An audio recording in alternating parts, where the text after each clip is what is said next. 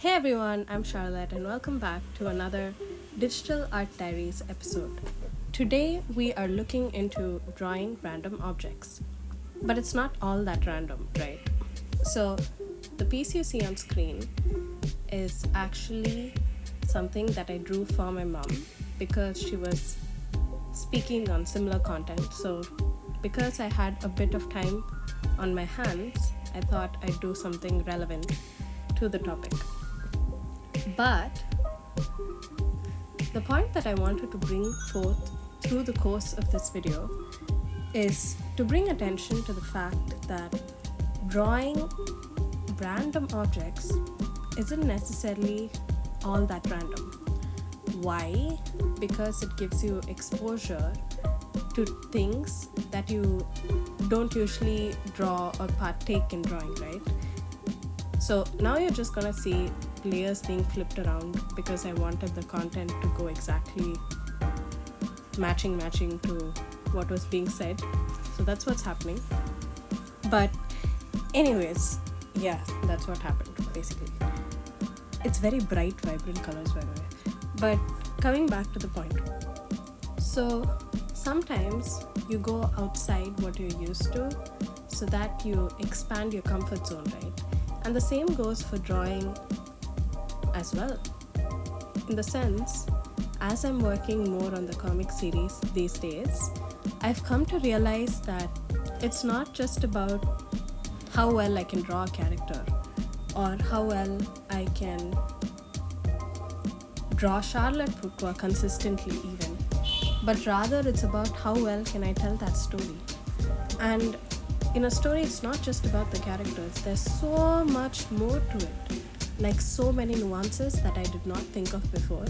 And honestly speaking, as much as I am so glad that I contributed so much of my time to drawing characters and world building, I think I need to focus more on the lines of drawing backgrounds and drawing other objects so that when those objects are needed, there's a bit more of flexibility to draw them over having to deal with an unfamiliar subject matter altogether. And I think as much as it's not as familiar, so it might not look that great, that's all right. You're just practicing, you're just trying to get good at it. That's the whole point of the skill, by the way. So in case you feel bad that they don't come out as usual according to your current art style or whatever, it's fine. And sometimes it turns out to be one of the best pieces ever. Honestly, this piece that you see on screen was a very chill piece. I just wanted to draw like a cupboard which had a cupboard with an angle. I don't even think that's a cupboard, by the way. I think it's just a drawer in like a side of the bed.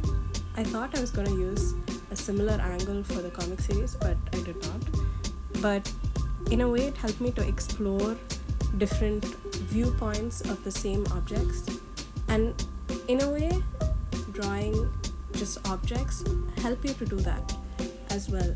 So it's not just about learning to draw unfamiliar things, but rather it's also about trying to experiment and see how you can make an uninteresting object interesting. Okay, now what you see on screen is again a background for a design that I was working on. The reason I added this here is because most of our creative endeavors are interconnected.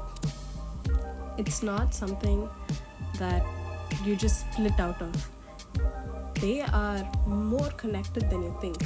All that you're learning, exactly, so all that you consume is being put out in a different way. So all that you're learning again comes out as output somewhere else. That's what I was going for. I ended up saying exactly too early. But anyways, you get the point. And this was that. It was realizing that although that design wasn't exactly amazing, because design, and this is digital art, but that's how you learn. You learn to incorporate things. And that's another thing that I learned while drawing random objects. But I'll see you guys next time. You can follow me at Charlotte_Pourquoi till then. Bye.